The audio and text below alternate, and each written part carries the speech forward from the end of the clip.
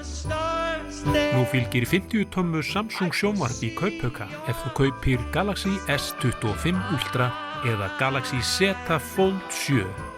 Kynntuð málið á samsungmobile.is.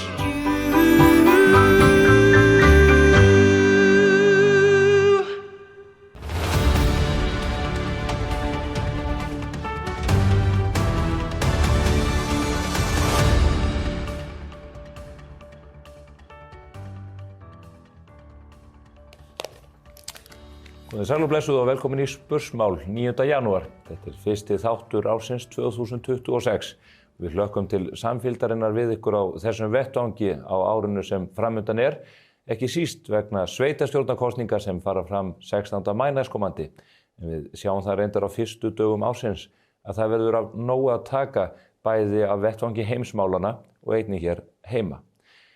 Árið fór á stað með miklum bravúr, leyfi ég mér að segja, þegar Donald Trump og stjórn hans í Washington tók ákvörðun að sækja Maduro, forseta Venezuela og konu hans til Caracas. Hann situr núna í fangelsi í New York og bíður þess að verða dreginn fyrir rétt í tengslu við meint brot gegn fíkniefnalöggjöf, skotvopnalöggjöf, hryðjuverkalöggjöf og öðru slíku. Þetta stórt og mikið mál sem hefur að sönnu dregið mikinn dilk á eftir sér. Og reyndar erum við að sjá núna mjög róstusama tíma í Íran, þar sem að almenningur hefur fengið sig fullsatan á klerkastjórninni sem kúgað hefur fólkið í landinu allt frá árinu 1979. Menn segja að þetta sé vegna hækkandi vöruverðs og það má til sanns vega færa. Landið undir mjög hörðum viðskiptaþvingunum og þar hefur verðbólga verið talin í 20% á síðustu misserum. En það kemur meira til, meðal annars atburðirnir í Venezuela. Vegna þess að klerkastjórnin í Íran hefur getað nýtt sér stjórnkerfið í Venezuela til að gefa út diplómatavegabréf fyrir kauðana sem að vinna á þeirra vegum vítt og breytt heiminn og til dæmis í tengslu við drónaframleiðslu sem nýtt hefur verið gegn úkraínskum almenningi og hernum þar í landi. Þar hefur Venezuela skipt sköpum. Bandaríkjamenn hafa núna í raun tekið yfir olíuframleiðslu ríkisins og Kína sem að stólað á 700.000 tunnur á dag frá Venezuela fær núna ekki deigan dropa af hinnum svarta vökva. Þeir lítrar, eða þær tunnur, fara allar núna beina leið til Bandaríkjanna, eru keyptar þar að fullu verði og Marco Rubio, utanríkisráðherra Bandaríkjanna, hann hefur lýst því yfir að núna muni almenningur í Venezuela loksins njóta ávaxtanna af þessum gríðarlegu olíuauðlindum sem þar liggja í jörðu. Þetta allt hið forvitnilegasta mál að sönnu, en líka átökin sem við sjáum breiða úr sér víðar heiminn. Donald Trump, hann heldur fast í þá skoðun sína að Bandaríkjamenn verða eignast Grænland. Við vitum reyndar ekki nákvæmlega hvað hann á við með því. Vill hann taka ríkið yfir á Grænland að verða 51. ríki Bandaríkjanna eða hann að gera eitthvað annað með þessum yfirlýsingum sínum? Ég fæ hingað á eftir til mín Björn Bjarnason fyrir dóms- og menntamálaráðherra sem eitthvað sölreyndasti Íslendingurinn í því að lesa í alþjóðamál, hernaðarmál og annað þeim toga og ætlum að fara yfir þessa stöðu og meta það hvernig mál að leggjast strax í upphafi nýja ársins. Eitt af því sem spilar þar inn í eru atburðir sem áttu sér stað inn í efnahagslögsögu Íslands fyrir vikunni þegar Bandaríkjamenn tóku yfir olíuskip sem skráð hafði verið á Rússa. Það talið hluti af skuggaflotanum svokallaða sem Íranir og Rússar nýta vítt og breytt heiminn, jafnvel þúsundir skipa. Og nú á að fara að taka hart á þessum skipaflutningum sem tryggja meðal annars olíuflutninga milli ríkja sem eru undir viðskiptaþvingunum. Björn verður hér í lok þáttarins og hvet ég ykkur eindregið til að fylgjast með því góða spjalli. En svo það umræðan hér heima. Þau tíðindi urðu í gær að Guðmundur Ingi Kristinsson, barna- og menntamálaráðherra, hann lýsti því yfir að hann væri hættur. Hann hefur átt við veikinda stríðagekst undir stóra hjartaskurðaðgerð þann 18. desember og nú orðið ljóst að hann ætlar að söðla og sitja á þinginu sem óbreyttur þingmaður að minnsta kosti næstu mánuðina. Í hans stað kemur Inga Sæland sem hefur verið yfir félagsmálunum og húsnæðismálunum og til þess að leysa hana af í þessum ráðherrakapli kemur inn Ragnar Þór Ingólfsson fyrir formaður VFR. Hann hefur verið formaður fjárlaganefndar fram að þessu en nú ljóst að Sigurjón Þórðarson sem verið hefur í atvinnuveganefnd og farið mikinn þar í sambandi við strandveiðimál þar sem hann hefur persónlegra hagsmuna að gæta, hann verður núna settur við fjárlaganefndina og það verður forvitnilegt að fylgjast með því öllu saman. Ég fæ hingað til mín á eftir til að ræða þessi mál Andreu Sigurðardóttur blaðamann hér á Morgunblaðinu sem að fer yfir þessi máli hverri viku með okkur á vettvangi blaðsins og vefsins hjá okkur og Björn Inga Hrafnsson sem margreyndur úr pólitíkinu og núna starfandi fyrir Miðflokkinn. Við ætlum líka að ræða vendingar í sveitarstjórnarmálunum sem ég minntist á hér rétt áðan. Það er ljóst að slagur verður oddvitastöðuna hjá Samfylkingunni í borginni, sem verður að teljast nokkuð merkilegt í ljósi þess að oddvitinn núverandi einmitt borgarstjórinn Heiða Björg Hilmisdóttir. Já, ég náði því réttu. Og svo það Viðreisn, þar að minnsta kosti 3 kandidatar sem að berjast að taka oddvitasæti þar, en nú liggur einnig fyrir að ekki verður barist oddvitasæti hjá Sjálfstæðismönnum.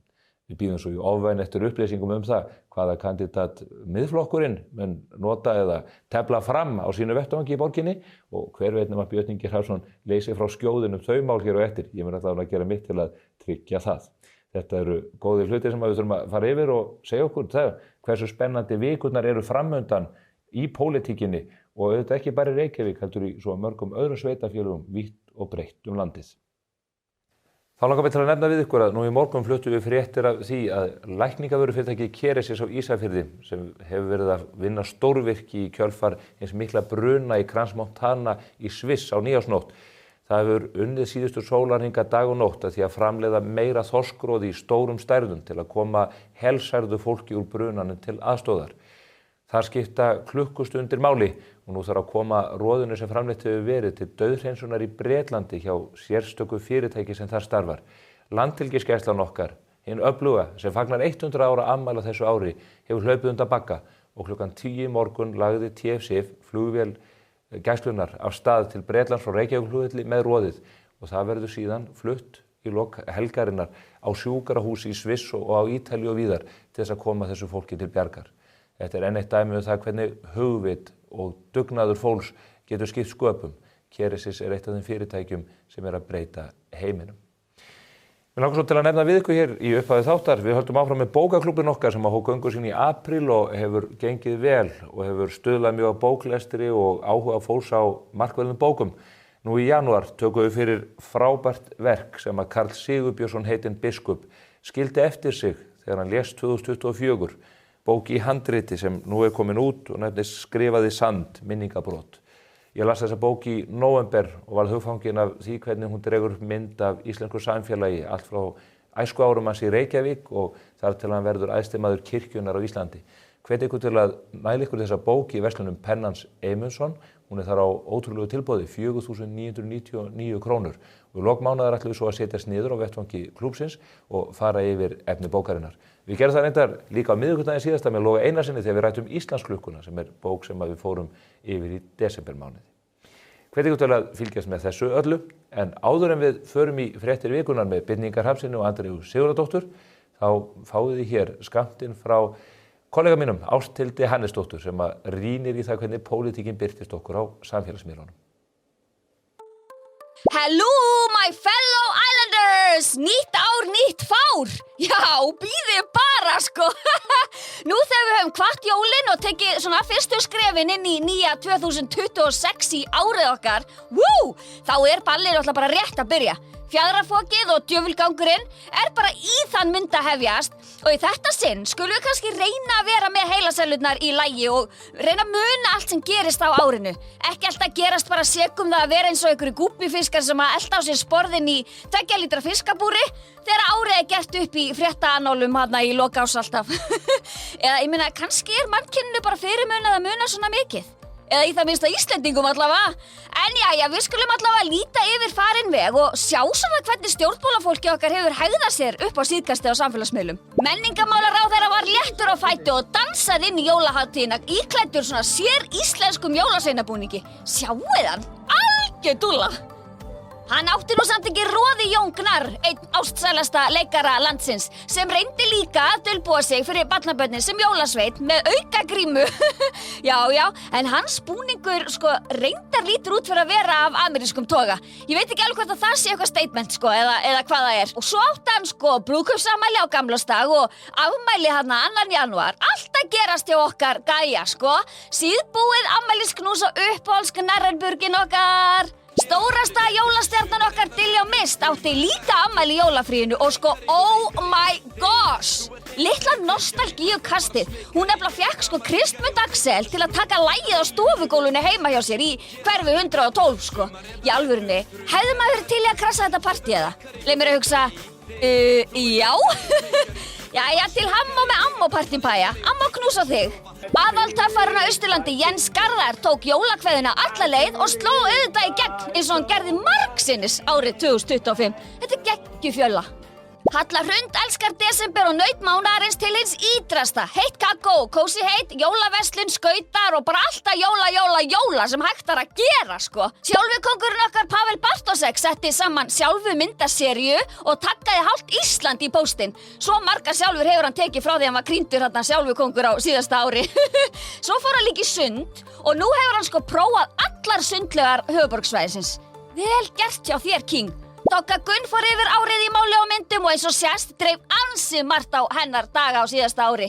Gerðist bæði vinkona Úrsulu ESB-skvís og Trumps. Ég meina í alvöru, gera aðrum betur sko.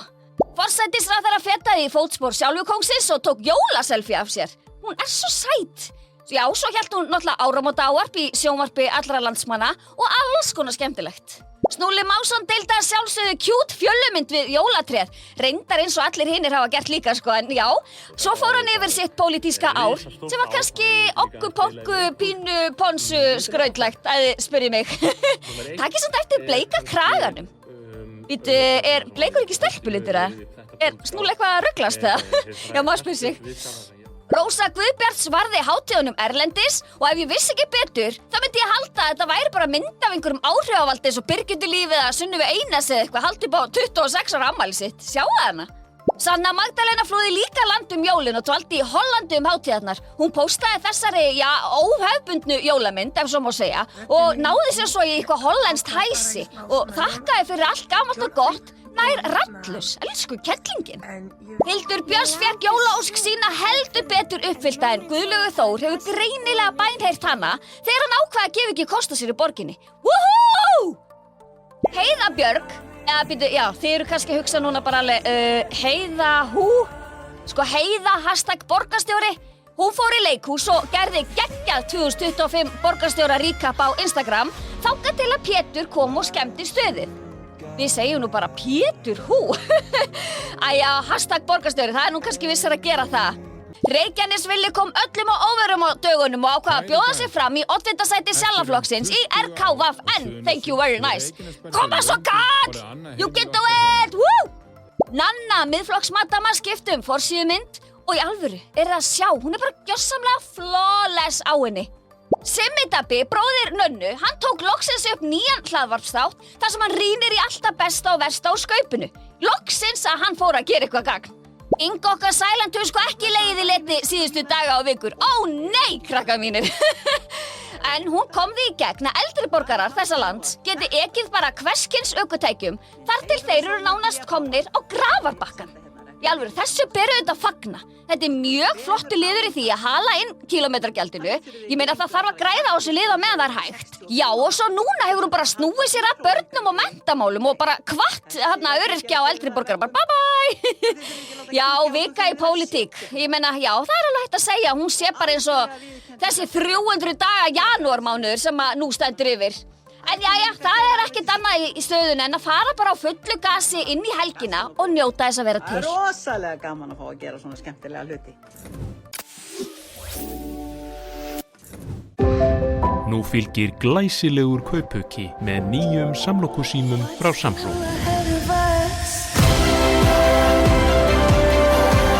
Kynntu þér málið á samsungmobile.is. Alrafmagnað og margverðlaunað úrval Kia. Komdu og reynslunartu. Askja. Klæddu bygginguna í stíl með álklæðningu frá Límtré-Vírnet. Íslensk framleiðsla, nýsköpun og áratuga þekking. Kynntu möguleikana á limtrevírnet.is. Skaðabætur, miskabætur, sárabætur, sjúkrabætur, slysabætur, uslabætur, þjáningabætur. Bótaréttur.is 520 51 00. Góð hljóðvist gríðarlega mikilvæg þegar kemur að veljan á vinnustað. Hjá A4 bjóðum við upp á fjölbreyttar og vandaðar lausnir fyrir hvaða rými sem Hafðu samband eða kíktu í heimsókn og kynntu þér hljóðvistarlausninar sem henta þínum vinnustað. Komið sæl nýjum, við þökkum Ásthildi Hannesdóttur fyrir þessa áhugaverðu yfirferð í meira lagi.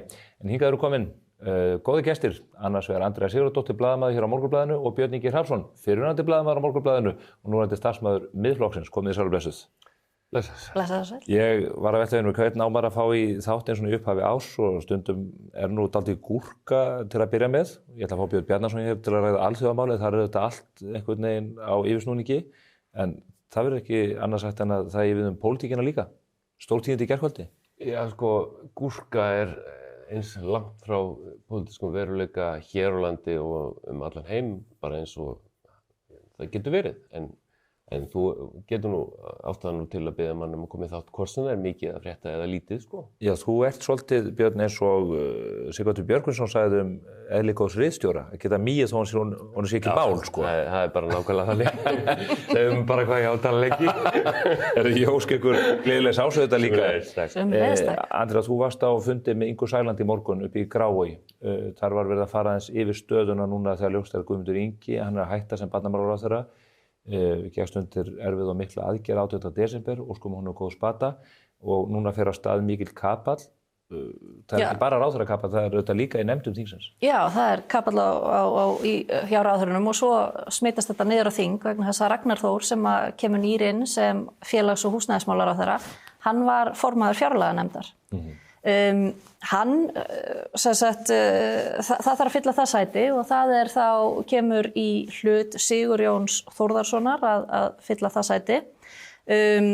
Lilja Rafney fer þá í hans formannssæti í atvinnuveganefndinni og Ásthildur Lóa Þórsdóttir tekur við hinu hlutverkinu frá Ragnar Þór sem er þingflokksformaðurinn. Ásthildur Lóa sú sem var auðvitað barnamálaráðherra þar til að hún sagði af sér snemma á síðast ári. Einmitt, og maður hefur svona heyrt, þær sögusagnir hafa allavega gengið fjöllum hærra að hún hafi verið mjög áfram að komast aftur inn í ríkisstjórn. Henni hafi ekki þótt þær málalyktir sem áttu sér stað þá hafa verið sanngjarnar og í samræmi við tilefni máls, en það er ljóst að hún fer ekki í ríkisstjórn en kannski finnst henni þingflokksformennskan vera einhver sárabót. Er ekki flestir sammála það að þessi atburðarás þegar hún sagði af sér áður en nokkuð fréttaflutningur fór fram það að hún hefði eignast barn, ung kona með barnungum dreng, að þetta hafi allt verið eitthvað frumhlaup og æðbunungagur? Þurfti hún að segja af sér þessu embætti til að byrja með? Ég held að þetta hafi verið mikill æðbunungangur. Ég held að, og þá eftir að koma fram nákvæm útlistun á því síðar, en ég held að henni hefur bara verið hentur í rútuna á fundi Ingu, Kristrúnar og Þorgerðar þar sem að það var bara einfallega metið sem svo að ný ríkisstjórn mætti ekki við þessu og það þyrfti bara að keyra prógramið áfram og hún hafi ekki fundið neitt stuðning. Þess vegna var það þegar málið fór að skýrast næstu dagana á eftir og maður fann hvernig almenningsálitið breyttist og þá var hann bara löngu búin að segja af sér. Það var bara þannig. Og sér eftir því, en ekki hægt að vinda ofan að því. Nú er komið í ljós þetta... Þetta var óvenjulegt að því leitum til að þarna var ráðherra að segja af sér, en það var enginn úr til dæmis stjórnarandstöðunni sem hafði krafist þess. Það kom algjörlega úr stjórnarflokkunum sjálfum. Það kom öllum óðurum. Já. Bara nánast í sama fréttatíma og var sagt frá þessu, þar var tilkynnt afsögnina. Í þessu öllu saman að þá held ég að stóru mistökin sem hún gerði er að fara sem ráðherra að hringja í konu út í bæ og mæta heim til hennar. Hvort að það sé afsagnarsök. Það er kona sem að gerði Kristrúnu Frostadóttur viðvart þennan bakgrunn eða þessa forsögu. Já, tengdamóðurinn og hennar skoðun hefur alveg skýr á því að hún geti ekki verið barnamálaráðherra með þessa sögu. En maður sá það að almenningsálitið þó snerist álitið á vil með henni Ásthildi Lóu og en mann fannst kannski að það helst sem satt eftir var að þetta hefði verið óviðeigandi hegðun hennar í embætti ráðherra að vera að mæta heim til konu út í bæ sem hafði sendt inn erindi. Það var svona svolítið sérstök. Dómgreinda brestur sennilega. Hún fór fyrir barna- og menntamálaráðuneytinu það viðurkennt af öllum. Við höfum flutt hér ótrúlega fjölda frétta af þeirri úlfakreppu sem að menntakerfið í. Og ég held að það blasir við öllum að það þarf mikið að gerast til þess að bæta úr því kerfi fyrir börnun okkar. Nú búið að skipta tvisvar ráðherra, það þriðji ráðherran á einu ári komin í þetta ráðuneyti. Þetta ekki veikleikamerki fyrir ríkisstjórn Kristrúnar Frostadóttur? Hún ber ábyrgð á mönnun stjórnarinnar. Að sjálfsögðu það og þar er það ekki held ég að það sé bara staðreynd að Guðmundur Ingi hafi kannski ekki verið best fallinn til þess að gegna því ráðherraembætti.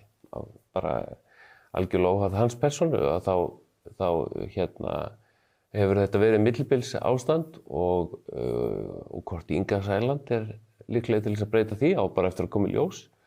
En það líka bara hvernig þetta hefur verið kynnt síðustu daga að Inga sé að stokka upp í ríkisstjórn og konsul sem venjulega það nú þannig af því að hún verið í forsætisráðuneytinu að það nú forsætisráðherra sem að tilkynnir breytingar á sinni ríkisstjórn en þetta virðist vera svona bara prívat verkefni flokks fólksins. Tilkynnt á Facebook.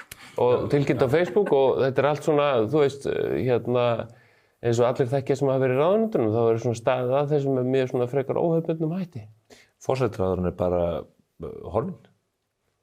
Já, það verðist vera svolítið svona skipulegt að hvernig hún kemur inn og hvernig hún fer og margt ágætt í því. Ég hef alveg skilning á því að forsætisráðherra eigi ekki alltaf að vera í fjölmiðlum og að ráða því svolítið hvernig hún kemur inn. Nú þegar að þessi stóru mál í gangi á alþjóðavettvangi að þá eru eldarnir látnir loga á utanríkisráðherra sem að reynir að nýta tækifæri til þess að koma Evrópusambandinu að í bara hverja einustu setningu sem því fylgir. Fyrir út og suður í þeim. Og þá verður fjarvera Kristrúnar kannski ennþá meira áberandi vegna þess að það er svona illa falið leyndamáli stjórnarsamstarfinu að Flokkur fólksins og Samfylkingin eru að reyna að svæfa Evrópusambandsmálið, reyna að kæla það, fresta því að í þeim flokkum gerir fólk sér auðvitað vel grein fyrir því að salurinn ekki spenntur fyrir því í augnablikinu og allar slíkar tilraunir verða til þess að Þorgerður Katrín sem svona mikil keppnismanneskja og hún verður ennþá ákveðnari að keyra þetta áfram. Og við sáum það bara í fréttum síðustu daga, hún bæði að boða frumvarp tilhögun þjóðaratkvæðagreiðslunnar og svo hún að kynna það að á fyrstu dögum þings á nýja ári þá eigi að keyra áfram bókun 35 og það ekki manneskja sem að gefa neitt eftir í þessum efnum.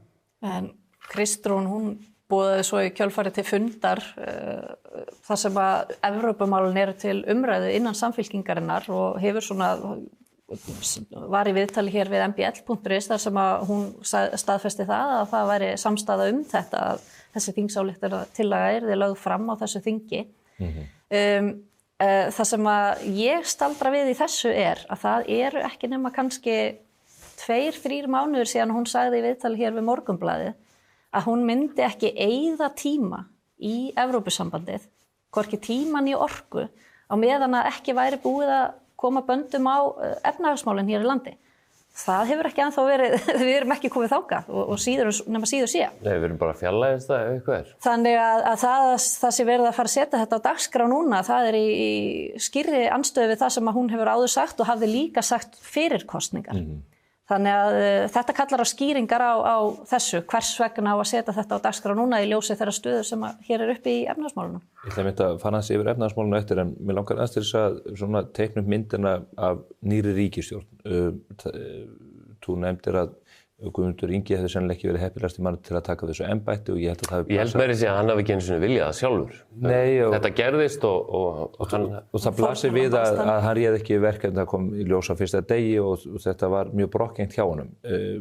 Á sama tíma það illa geymt leyndarmál að menn hlífðu honum í þinginu í fyrirspurnatíma þannig að það var ekki verið að taka á honum miklu hörku því að menn fundu dálítið til með honum verandi í þessari stöðu.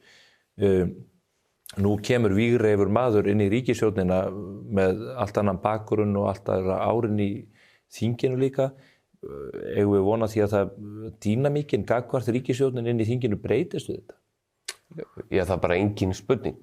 Og það þarf ekki að leita annað en í yfirlýsingar Ragnars Þórs menn og málefni. til þess að leita fordæma fyrir slíku. Hann hefur aldeilis sem verkalýðsleiðtogi og stjórnmálamaður látið menn heyra það og sparaði ekki stóru orðin og hlýtur þá að hafa skilning af því að það sama verið gert við hann. Og já, ég mynda mér að það verði núna mjög mikið af fréttum Ragnar og margt rifjað upp og annað slíkt eins og gengur. Honum verður gefin einhver tími til þess að setja sig inn í mál. En auðvitað bara staðan þannig á þessu rúma ári sem liðið að það gjörbreytt staða. Það að kreppa að. Það mjög mikill samdráttur, atvinnuleysi að aukast. Það eru flest fyrirtæki í landinu, það bara leiðilegt að segja það, en það eru flest fyrirtæki í landinu að fara að segja upp fólki. Það eru allir mannauðsstjórar að velta fyrir sér hvernig þeir geta dregið saman og þetta svolítið staðan sem að teiknast upp. Fólk hefur minna milli handana og við þessar aðstæður þá breytist stemningin í samfélaginu gagnvart ríkisstjórninni. Förum aðeins inn á efnahagsmálin rétt á eftir. Andrea, hvernig blasir þetta við þér? Þú ert mikið niður í þingi, þú ferð auðvitað... Ert þú að stjórna þessu þetta eða ég? Já, enn sem komið það ég. Ég veit ekki hvernig þessu liggur, en þetta er mikill barningur.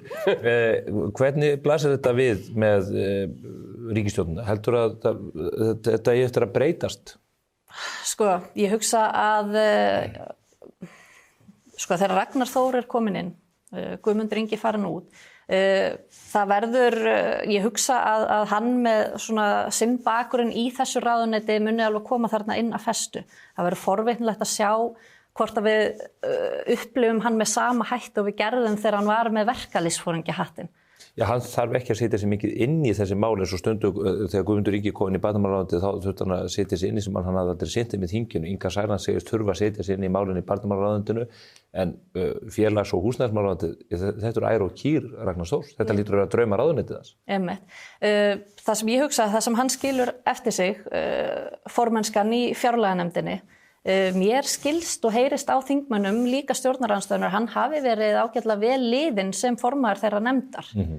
Hann hafi að mörguleiti verið sanngjarn, þar með ekki að segja að allir hafi verið ánægðir með allt, en það var hægt að eiga samtöl vissa hluti.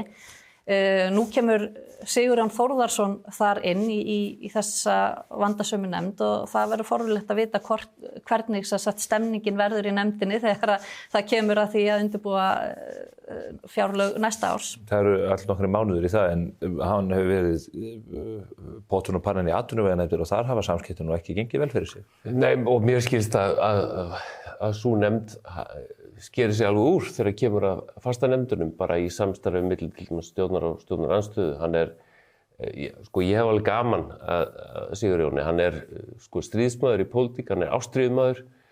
Ég teki eftir því þegar umræður í þinginu og stjórnarliðarnir að reyna að láta hlutina ganga og þá vilja helst ekki að þeirra fólk sé að tala mikið. En Sigurjón í þessu ástríð og hann hefur gaman að starfinu sínu sem ég ber mikla virðingu fyrir og hann lætur ekkert segja sér þannig fyrir verkum. Ég held eins og að nú verður forvitnilegt að sjá hvað Ragnar gerir. Ég tek alveg undir það. Hann hefur alveg sýnt í fjárlaganefndinni að hann alvöru stjórnmálamaður.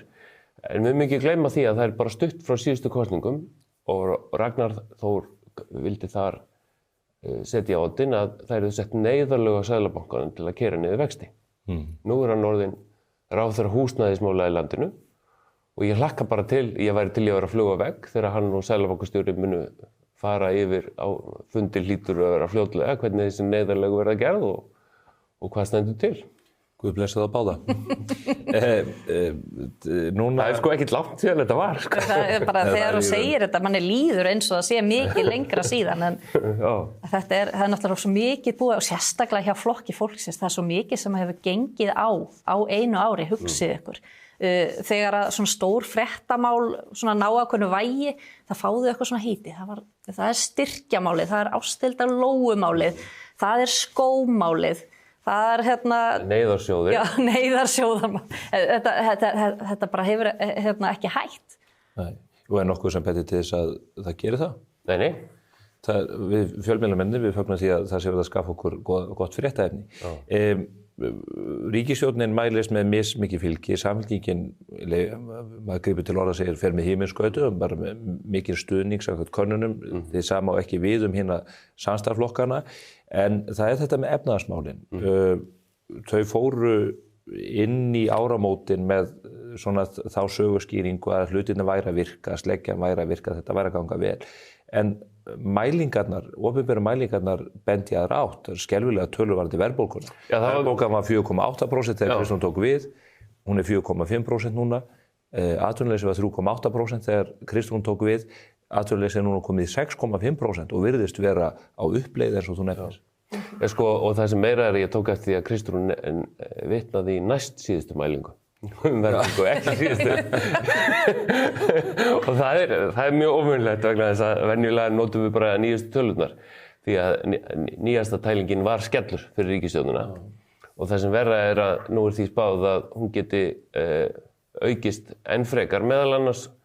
Og nú breytist þetta. Að mínum að ég hef alltaf talið að ríkisstjórnin myndi það tæki ákveðin tíma fyrir landsmenn að átta sig á þessari vinstri stjórn. Og þá miða ég bara við það hvernig þetta var ríkisstjórn Jóhönnu og Steingríms sem var svo til þess að Sigmundur Davíð vann kosningasigur með 25% og var forsætisráðherra og myndaði ríkisstjórn með Bjarna Ben. Sterka ríkisstjórn. Út af hverju fékk hún mikið umboð út af því að landsmenn höfnuðu vinstri stjórninni með glæsibrag. Og ég held að það sama muni gerast með þessa ríkisstjórn. Að sjálfsögðu mun Samfylkingin síður finna fyrir því strax vegna þess að það er bara öflugri flokkur. Kristrún mjög öflugur stjórnmálamaður og hefur gert margt ágætlega en nú frá og með áramótunum fara landsmenn að finna með beinum hætti fyrir alls konar skattaaðgerðum. Kílómetragjaldið eitt, bæði dýrt en líka bara ótrúlega mikið vesen, illa útfært. Og svo eru vörugjöldin, gríðarlegar hækkanir og hvað mun það gera? Það stórhækkar verðbólgu. Bankarnir eru byrjaðir að benda það að verðbólgan geti í næstu mælingu farið yfir 5% út af hækkun vörugjalda. Sem bara út af ákvörðun ríkisstjórnarinnar.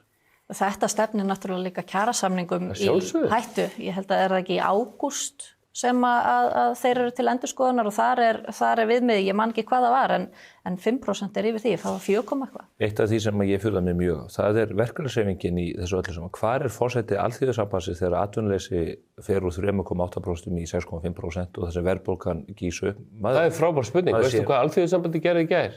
Sendi frá sér harðorða ályktun atburðina í Venezuela. Já.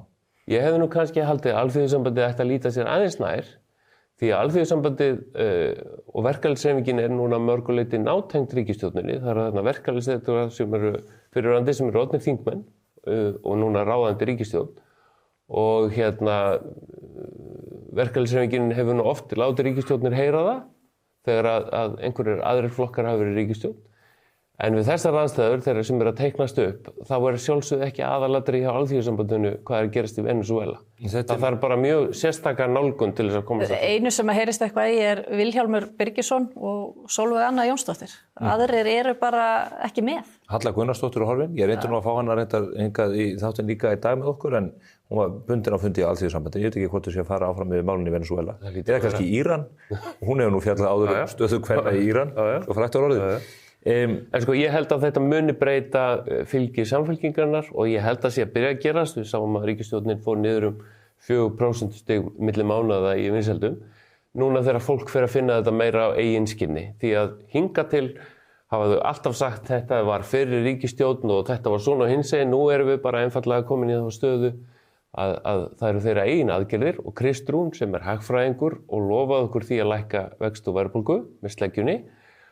Hennar auglýsingar gengu út á það að Bjarni og Sigurður Ingi væri ekki að standa sér nægilega vel í að berja niður vextina. Þannig að hún verður að sjálfsögðu að enda því hvernig það gengur. Seðlabankinn geti þurft að grípa til vaxtahækkana í febrúar ef að mælingin núna í janúar verður vond.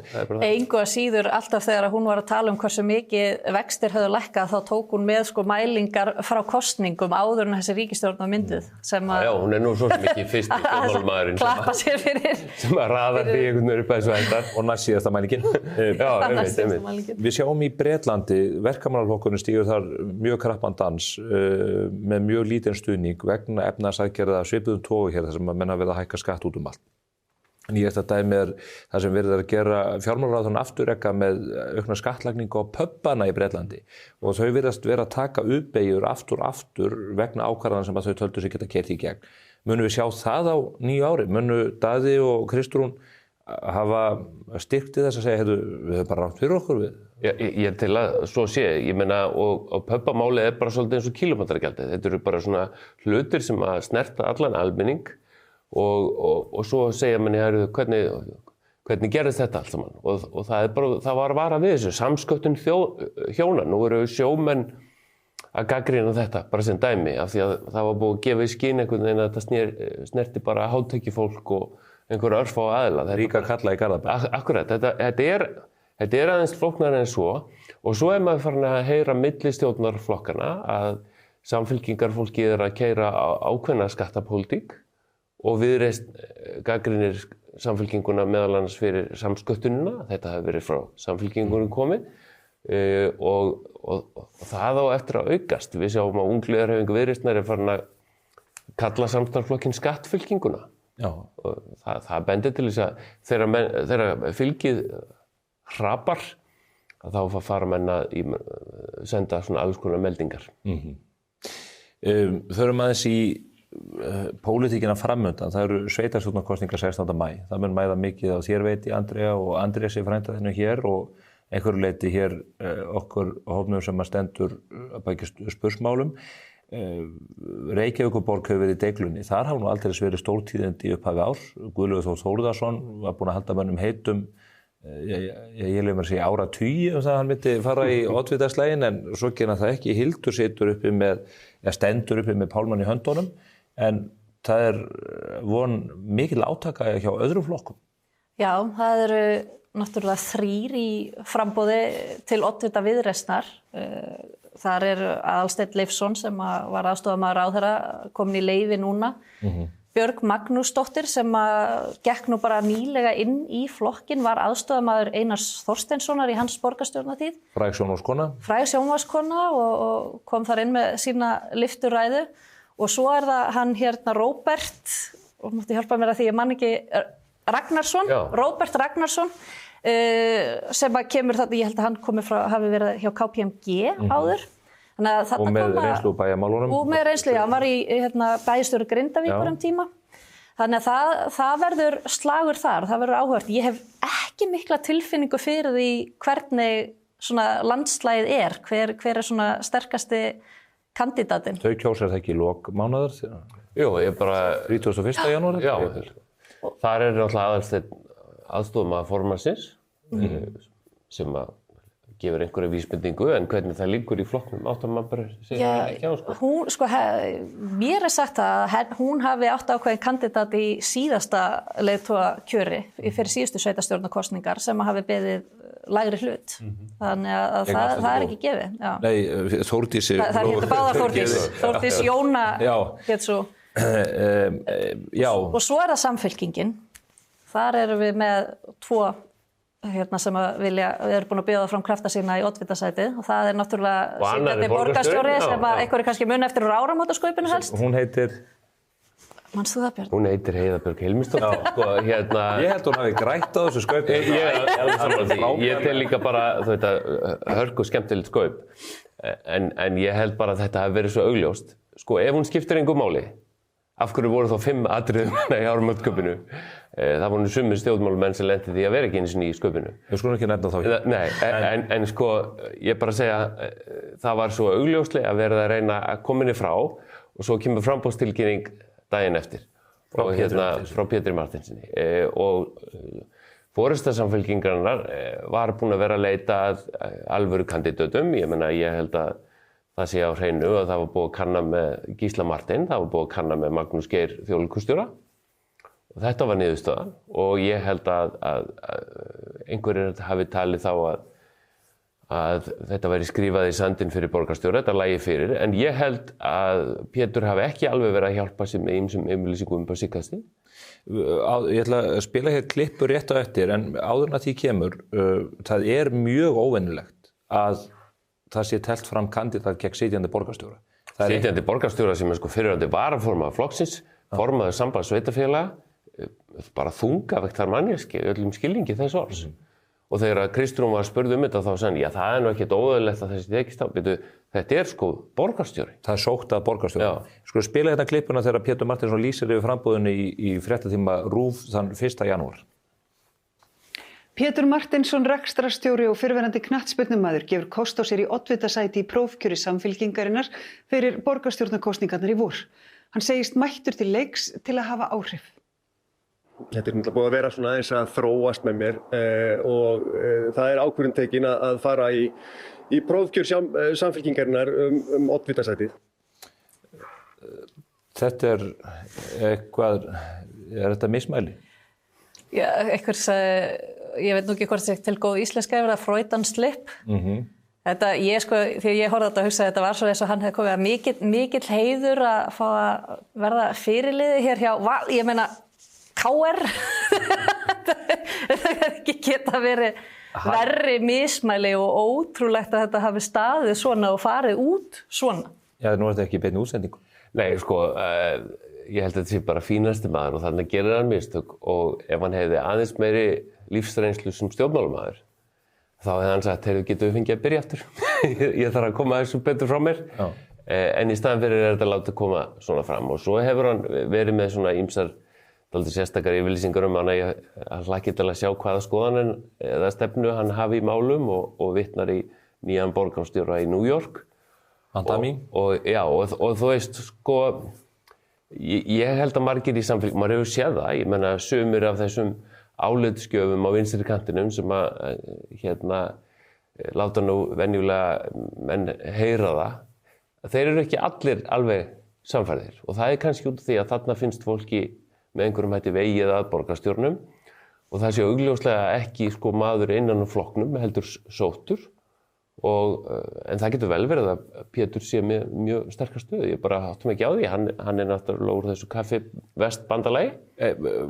Staða Heiðu hefur ekki verið sterk í ljósi mælingar sem hún hefur fengið. 2% borgarbúa vilja sjá hana sem borgarstjóra. Það er erfitt að tefla fram manneskju með slíka mælingu á bakinu. Það er mjög erfitt og sjálfsagt það bara það sem að Kristrún og Jóhann Páll og þau hafa verið að bollaleggja. En ég áttum ekki á því hvort að þau eru með mælingar hjá sér sem benda til þess að það sé miklu meiri stuðningu við Pétur Martinsson. Ég bara áttum ekki á því. Það var eftir að koma í ljós. Það var alveg eftir að koma í ljós, held ég. En það var nú eitt sem ég hjó eftir líka þessu viðtali. Ef það er ekki komið nóg, að það var þegar hann var spurður út í svona hvað hann vildi gera fyrir borgina, þá var svarið í stuttumáli það að hann vildi Reykjavík sem virkar. Það er nú slagur sem ég þekki eitthvað staðar annars staðar frá. Var það ekki Hildur Björnsdóttir Sjálfstæðismenn? Já, í síðustu sveitarstjórnarkosningum, það var bara yfirskriftin hjá þeim. Fyrir utan að þú veist... Þannig að það er einhver innblástur þarna. Fréttamaðurinn hefði þá getað spurt, en þú ert að bjóða þig fram í flokk sem hefur ráðið borgin í 15 ár. Af því að ég sá að hann sagði einhvers staðar, hann teldi nauðsynlegt að bjóða sig fram til þess að ná fram breytingum vegna þess að annars ætti Samfylkingin á hættu að tapa illa. Það er ekki mikið sjálfstraust í þessu fyrir hönd flokksins og það bendir allavega til þess að þau hafi áhyggjur og ég held að það sé rétt. Ég held að það sé mikil stemning fyrir því að breyta. En Pétur sjálfstæðismaður, ekki? Hann úr sjálfstæðismaður kreðsu, hann var allavega spyrtur í sjálfstæðisflokkinn mjög lengi. Ég meina hann var á lista fyrir flokkinn hér áður fyrr, hann gerir lítið úr því í samtali við fjölmiðla en talaði að hann hefði verið svo neðarlega á lista í 9. sæti og það var í dag eins og 20. sæti. Ég held að það standist nú ekki alveg skoðun, En já, svo hvort hann sé sjálfstæðamaður í hjartan, ég veit ekki, fólk getur skipt skoðun. Já, og þeim fjölgar nú þess dagana sem eru fyrrverandi sjálfstæðir. Ég hélt samt bara að fólk þroskaðist frá vinstri til hægri en ekki öfugt. Já, allt nú til. Talandum slík vistaskipti, Björn, breyta sem að menn velta mikið fyrir sig varðandi borgarstjórnarkosningarnar hverju miðflokkurum muni tefla fram í kosningunum. Já. Og hér þú komin til þess að upplýsa okkur. Já, hver verður... Í hvaða myndavél á það? Leistu frá skjóðu. Já, nei, það ætla ég ekki að gera. Ég meina, miðflokkurinn hefur að mínum að það einstakt tækifæri í þessum kosningum. Það hefði komið mjög óvart ef þú hefði ekki talið að svo væri. Já, nei, það er ekki einu sinni ég að koma með einhvern spuna. Það er bara, ef þið skoðu síðustu 7 kannanir í landsmálanum, að það er mjög mikil sigling. En þið mælist með vel innan við 10% í borginni? Já, nei, vel innan við. Ég held að segja 9, eitthvað og í könnun viðskiptablaðsins verða meira. Hjá flokki sem er ekki með fulltrúa og ekki búin að kynna neina stefnu. 9, eitthvað er vel innan við 10%. Ég myndi segja að 2-3 fulltrúar við þær aðstæður séu bara allnokkuð. En það sem ég ætlaði að segja er það að þá er auðvitað mikilvægt að sjá líka aðeins hvað hinnir að gera. Ég held að sjálfstæðismenn ætla ekki að kynna fullan eða eftir sæti sín fyrir einhvern tíðan í febrúar. Samfylkingin og Viðreisn eru með í lok mánaðarins. Auðvitað skil ég vel að það sé áhuga því að sjá hvað við erum að gera. En ég veit ekki hvers vegna Miðflokkurinn ætti að vera fyrstur þegar að þetta er allt opið og maður vil sjá hvað gerist. Þannig að þið eru að halda spilunum systematískt að ykkur? Algjörlega, algjörlega. Og ég meina, mér finnst, þú veist, auðvitað skiptir máli til dæmis hvort að Sjálfstæðisflokkurinn teflir fram Guðlaugi Þór eða Hildi. Ég meina, Hildur Björnsdóttir er hörku stjórnmálamaður en hún hefur verið þarna áður og það eru ýmsir í Sjálfstæðisflokknum sem að hafa verið ósáttur við ýmsar áherslur hennar í þéttingarmálum gagnvart aðalskipulaginu. Hún var með Degi B. Eggertsson í hópi þegar í aðalskipulagsbreytingum gegn Eyþóri Arnalds á sínum tíma. Í Miðflokknum er mikil andstaða við borgarlínuna og þéttingu byggðar og menn hafa ekkert verið feimnir við að segja það. Þannig að mér finnst þetta skipta allt máli. Þú nefnir Eyþór Arnalds, það hefur verið skrifað mikið að hann verði oddviti Miðflokksins í kosningunum. Já, en ég sá náttúrulega eftir honum að hann sé hættur í stjórnmálum. Ég held að það sé bara eins og sama með mig. Ég menna það er oft koma svona fréttir en ég hef ekki átt neinn samtölu við Eyþór Arnalds. Nei, en þú ert ekki steinhættur í pólitík. Kemur þetta ekki reyna að þú leiðir þetta? Nei, það verður ekki þannig. En ég er ekki hættur í pólitík. Það er búið að velja oddvitann? Nei, það er ekki búið að velja. Það er ekki búið? Nei. Og hvernig fer valið fram í lok? Það er uppstillingarnefnd. Já. Andrea, við yðum í skinninu? Já, það sem mér finnst mjög merkilegt við þetta, maður hefur heyrt ýmsum nöfnum kastað fram, en enginn er að hafa skilið eftir eitthvað vafa. Það var Eyþór, maður heyrði Elliði, maður heyrði ýmis nöfn, en það hefur ofboðslega lítið svona spurst út. Sko hjá Viðreisn, þá var maður búin að heyra öll þessi nöfn áður en að þau tilkynntu. Já. Löngu áður, sko. Það er bara því að við erum ekki kjafta út allan bæ. Við erum að veita að lesa í, ég er dauðlangar að veita. Já, þetta er sannlega breyta sem að mun hafa áhrif í kosningunum í vor. Er það ekki? Jú, svo sannarlega. Það mun Miðflokkurinn eins og hann mælist með, eins og segja, engin nöfn og engin nöfn einu svona sko í speculation sem að neitt er komin með eitthvað svona sikti á þar sem að þú getur sagt að það eru nú einhverja líkur á að það sé þessi. Ég upplifi það ekki. Þá held ég að þið getur nú ágætlega vel við unnað þarna í kringum 9-10% en í vel innan við 10. Vel innan við 10%. Ég spóði við fáum 5-6 fulltrúa. Ráðum því hverju verið nýjum meirihluta. Það fer dálítið eftir. Þú mátt spila þetta hérna eftir kosningar. Það fer dálítið eftir því af því að ég held að væntingarnar séu komnar dálítið upp. Það verður dálítið undir ykkur komið að standa undir þessu væntingum. Af því ef að fólk er komið hérna með einhverja væntingar og búast við einhverju miklu og svo kemur eitthvað. En Einar Þorsteinsson, hann var sigurvegari kosningarna síðast og varð auðvitað borgarstjóri. Hvað, að lokum reyta Dagur B. náði að krýja út þarna einhver 18 mánuði. Hvað með Framsókn? Eiga þeir sér einhverjar endur komið auðið? Sko, ég hreinlega átti mig ekki á því. Ég auðvitað á ekki að afskrifa eitt eða neitt, en þetta hlýtur að vera mjög snúið fyrir hann. Sko, meira að segja aðstofamaður annars er komin í framboð fyrir annan flokk. Hann lofaði breytingum og gekk svo til liðs við fallin meirihluta. Síðan var hann borgarstjóri og sagði af sér með þeim afleiðingum að ennþá meiri vinstri meirihluti tók við. Og ég veit ekki, sko, ætlar hann að koma í kosningabaráttu og segja ég lofaði að breyta. Þú veist, ég átta mig bara hreinlega ekki á því hvers konar salur er fyrir það. En bara áttu sig ekki á því hvers konar breytingar það eru? Nei, en sko ég held náttúrulega bara Einar hafi látið Dag snúa á sig. Já. Og það er ekkert leyndarmál að flokkarnir til vinstri vilja reyna að koma því út að það vilja enginn vinna með Sjálfstæðisflokknum. Það er einhvern veginn orðin bara einhver fasta breyting. Heldur að verði ekki núna að vilja ekki vinna með Miðflokknum? Já, ég gat nú ekki betur séð í fjölmiðlunum í dag heldur en að Kristrún Frostadóttir var að tala hvað að það væri ekkert langt á milli Samfylkingarinnar og Miðflokks í einhverjum málum. Er það skeifukenningin sem Sólveig er alltaf að tala um? Ef þar var ekki verið að byggja pólitíska brú, þá veit ég ekki neitt í pólitík. Þannig ég held að verði minna slíkar yfirlýsingar, en Miðflokkurinn allavega mun ekki útiloka samstarfi við Sjálfstæðisflokkinn, sannarlega ekki. Einar Þorsteinsson, heldur að hann eigi tromp á hendi?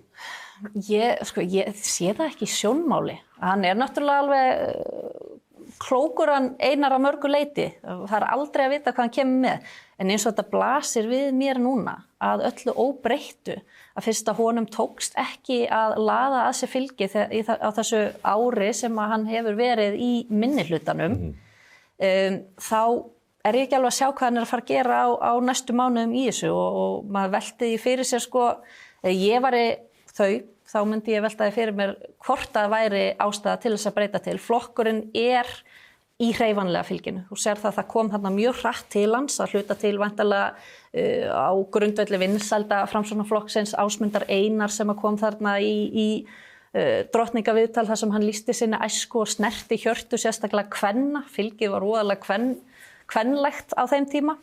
Það smitaðist aðeins yfir til hans, þetta á viljabreytingar og er ekki bara best að kjósa Framsókn og allt þetta.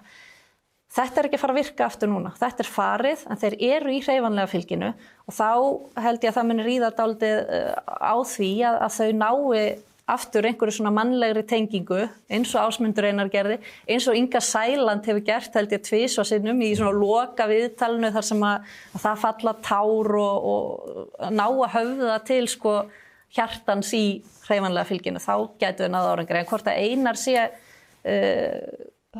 rétti maðurinn í það, ég skal ekki segja að það getur vel verið. Hver verður formaður Framsóknarflokksins þegar kemur að þessum kosningum? Já, eins og staðan er núna, þá held ég að það verði Lilja Alfreðsdóttir. Ég held að Stefán Vagn Stefánsson var að lýsa við framboði til varaformanns og það búið að liggja í Willum Þór Þórsinni sem er forseti ISÍ og ég held að allavega hefur hann ekki gefið sig ennþá. Það er líklegast að það verði Lilja, hún hefur mikið áhuga á því, eða einhverju þingflokknum eins og Ingibjörg Isaksen. En Framsókn er bara í mjög snúinni stöðu og kannski í þessum svona þegar stóru myndirnar að teiknast upp og hvað sem Evrópusambandið, skattamálið hitt og þetta, það sem menn eru svona sterkir með á móti, að þá getur verið erfitt að lenda þarna á milli. Heyrist mér hlakka í gömlum Framsóknarmanni? Nei, ég var bara mjög mikið af góðum vinum í Framsóknarflokknum og ég hef engan áhuga því að sjá hann lenda í einhverju útreið, Það lognast út af? Nei, ég er bara verið að segja það. Eru önnur sveitafélög sem við ættum að hafa augun á, eru spennandi slægir framundan víðar? Já, ég meina það verða slægir víða land, misstórir. Það maður sér það að núna er Viðreisn og Samfylkingin að þar aðeins að koma upptaktur í Kópavogi, Miðflokkurinn er líka þar.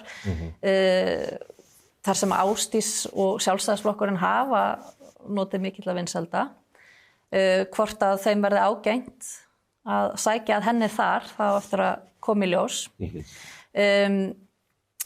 Svo er það, maður nefnir kannski Mosfellsbæ sem hefur ekki verið mikið nefndur í þessum efnum, en Sjálfstæðisflokkurinn hefur lengi farið með bæjarstjórnina þar og bara nánast í hreinum meirihluta, eða í hreinum meirihluta oftast nær, þangað til í síðustu sveitarstjórnarkosningum og að þeir töpuðu þeim kosningum. Þannig að þar er Hilmar Gunnarsson, ofboðslega vinsæll Mosfellingur, búinn að gefa kost á sér í oddvitan hjá Sjálfstæðisflokknum og það verður held ég mjög áhugavert að fylgjast með vegna hans bara persónlegu vinsælda hvort að Sjálfstæðisflokkurinn nái aftur vopnum sínum í Mosfellsbæ. Ég er mjög spennt, ég náttúrulega uppalinn í Mosfellsbænum þannig ég hef kannski aðeins meiri áhuga en meðalmaðurinn af þessu en ég held að þar verði spennandi slagur. Þetta er allt saman áhugavert. Sigmundur Davíð og Snorri Másson og Karl Gauti voru með fund í Vestmannaeyjum í gærkvöldi sem að mér þetta bara einhver fjölsjóttættisti stjórnmálafundur þar í bænum mjög lengi. Þar ætlar Miðflokkurinn væntanlega að bjóða fram sem hefur ekki sem sætir tíðindum. Þar hafa verið hugmyndir að reyna að ná saman lista Sjálfstæðisflokksins og klofningsframboðinu sem að gerði nú allt vitlaust í bæjarpólitíkinni þar fyrir 8 árum. Já, sem Íris Róbertsdóttir fer fyrir. Akkurat, og þá eftir að koma í ljós hvort það verður og hvort þau séu gróin. Þannig að þetta þú veist, ég bara að segja fyrir sjálfum mig, ég að taka þátt í að skipuleggja framboð hérna all land, sko. Og mjög áhugavert að taka þátt í þessu. Þetta verður mjög spennandi. Björn, þú nú komið oftar en þetta ég aðrir hingað í spursmál til mín þessi 2 ár sem við höfum verið í loftinu. Ég mun að sjálfsögðu kalla ykkur til hér jafnt og þétt fram á vorið því að þetta verða spennandi tímar. Mjög spennandi tímar. Takk kærlega fyrir komuna Björn og Andrea og góða helgi. Takk fyrir helgi. Við erum hins vegar ekki hætt því að hér handan við hornið ítarlegt og gott viðtal mitt við Björn Bjarnason. Við ætlum að fara yfir alþjóðamálin, meðal annars hvernig staðan á Grænlandi núna þegar að Donald Trump ítrekar æ ofan í æ að Bandaríkin þurfi að eignast þessa stærstu eyju í heimi. Fylgist þið með.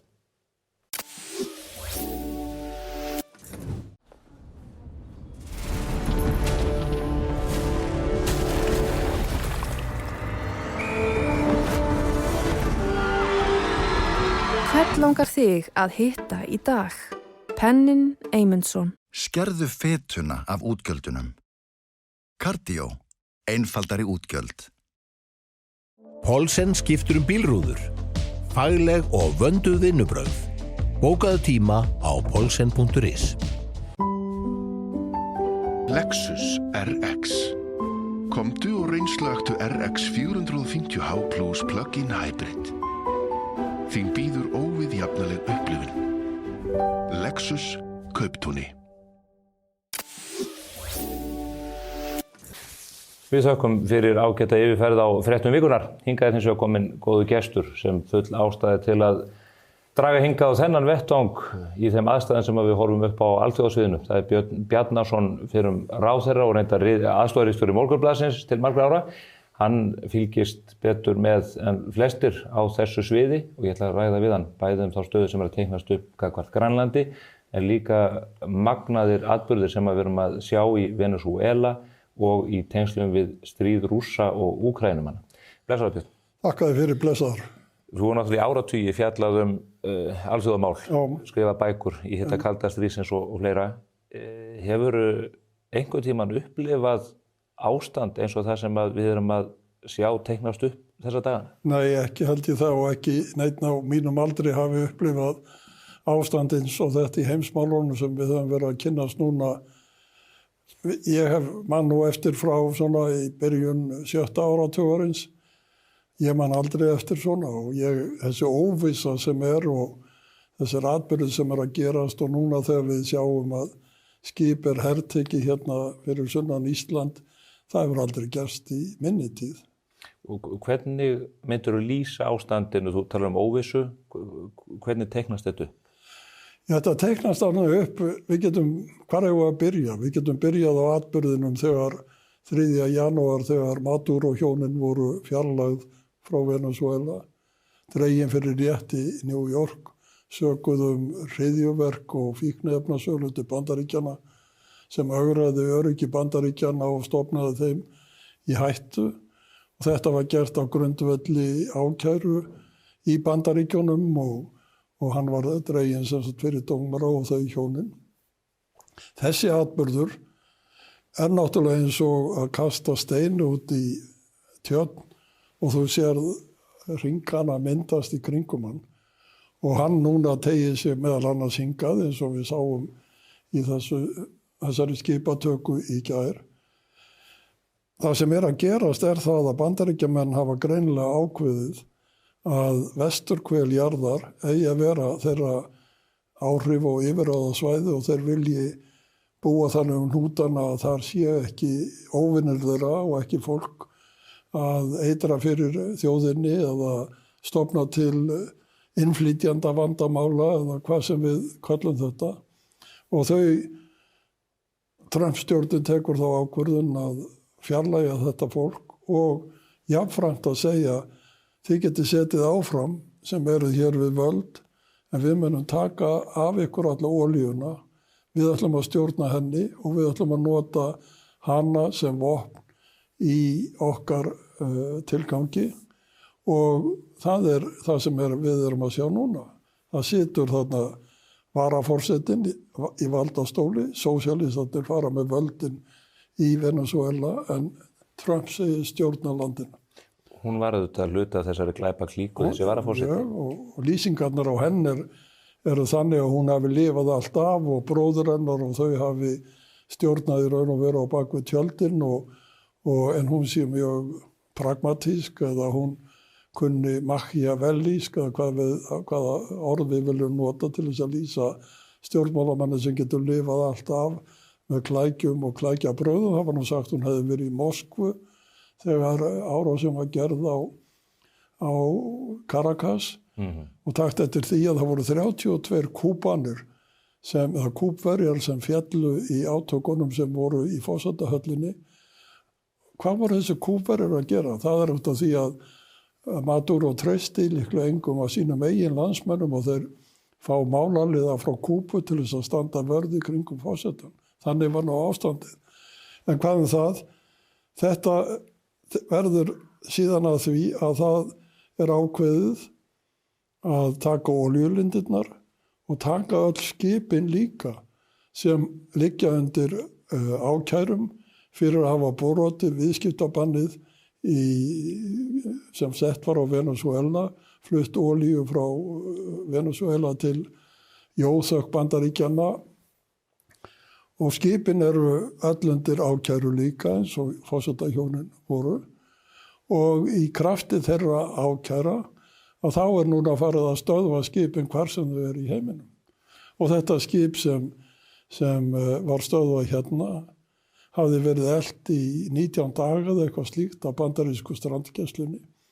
Samfellt eftirförur talið, eða þú manst í landhelgisdeilunum að þá fylgdu varaskipin kannski tórum eftir dögum saman af því að samfellt eftirför var túlkuð þannig að ef hún væri samfellt að þá væri hvenær sem heimil til þess að fara borð í skipið hvar sem það væri utan landhelgi sjálfstæðs ríkis. En það sem gerðist með þetta skip var það að eftir að það hafði verið elt í nokkra daga að þá allt í einu var það afskráð í Guayana og skráð sem rússneskt skip, sett undir rússneskan fána, rússneskum fáni málaður á það og það var greinilega gert og skiptur nafn og allt nafn og númer og það var gert af því að það átti að flytja það undir verndarvæng Pútíns.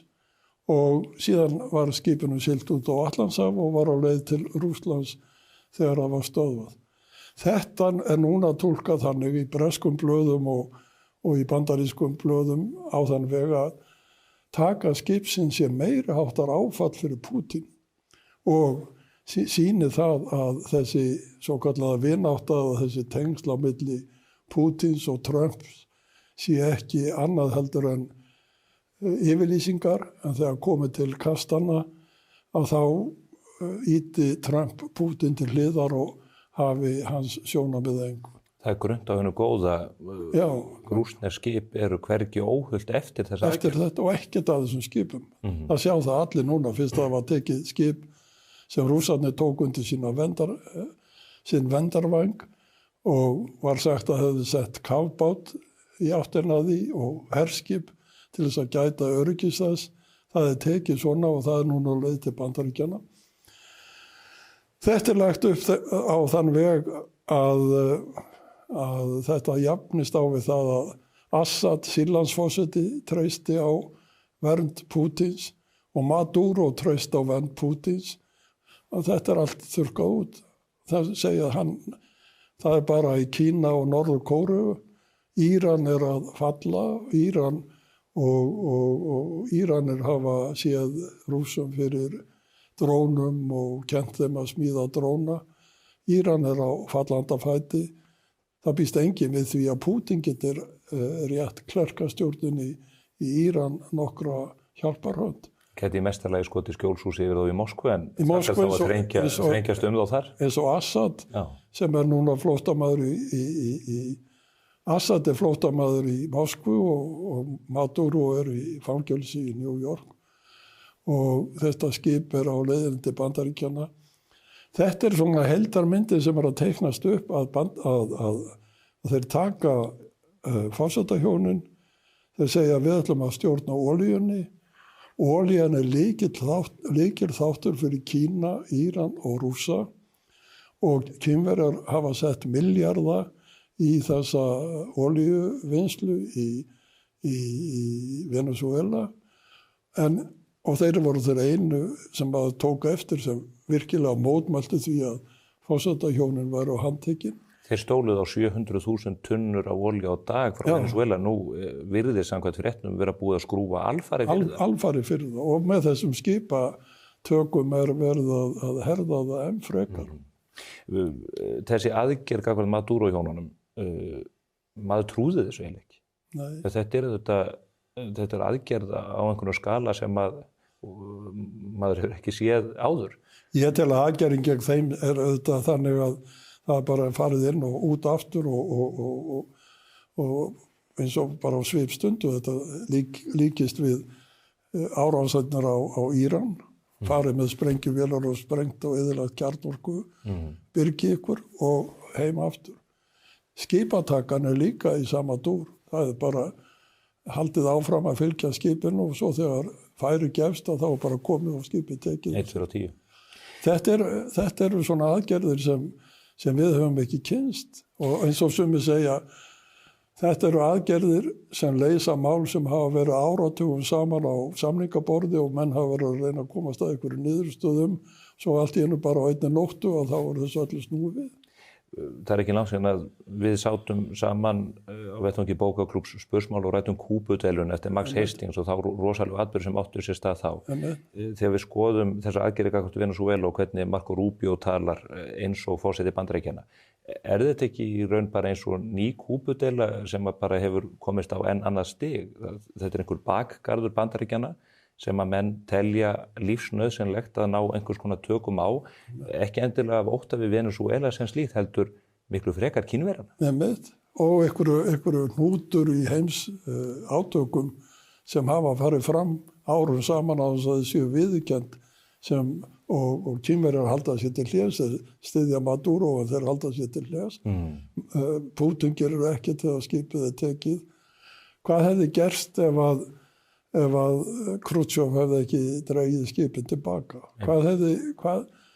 Þá var náttúrulega Bandaríkjamenn sem sagði sprengjum en aðrir Kennedy héldu rósinni og það var ekki gert og hann bar sigur úr bítum að lokum. En það voru kjarnorkuvopn á Kúbu. Við veitum ekki til þess að það séu neinn kjarnorkuvopn í Venezuela. Það er ekki gjöreyðingarvopn. Ekki gjöreyðingarvopn og það er öðruvísi ástand að því leyti.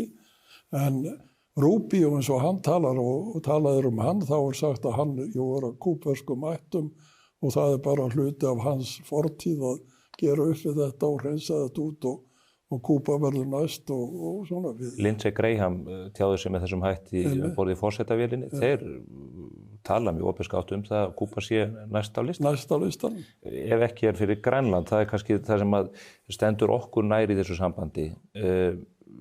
Við höfum fylgst með þessum einkennilegu yfirlýsingum Trumps reyndar langt aftur. Hann hefur í mörg ár tjáð sig að Grænland þurfa að vera undir áhrifasvæði Bandaríkjanna og jafnvel meira en það. En þessi svör eru all einhvern veginn loðin þrátt fyrir það.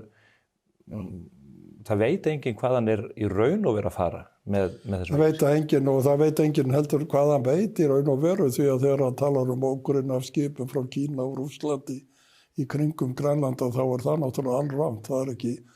En hann notar þessi rök, þjóðaröryggis hagsmunir Bandaríkjanna krefjast þess að við ráðum yfir Grænlandi.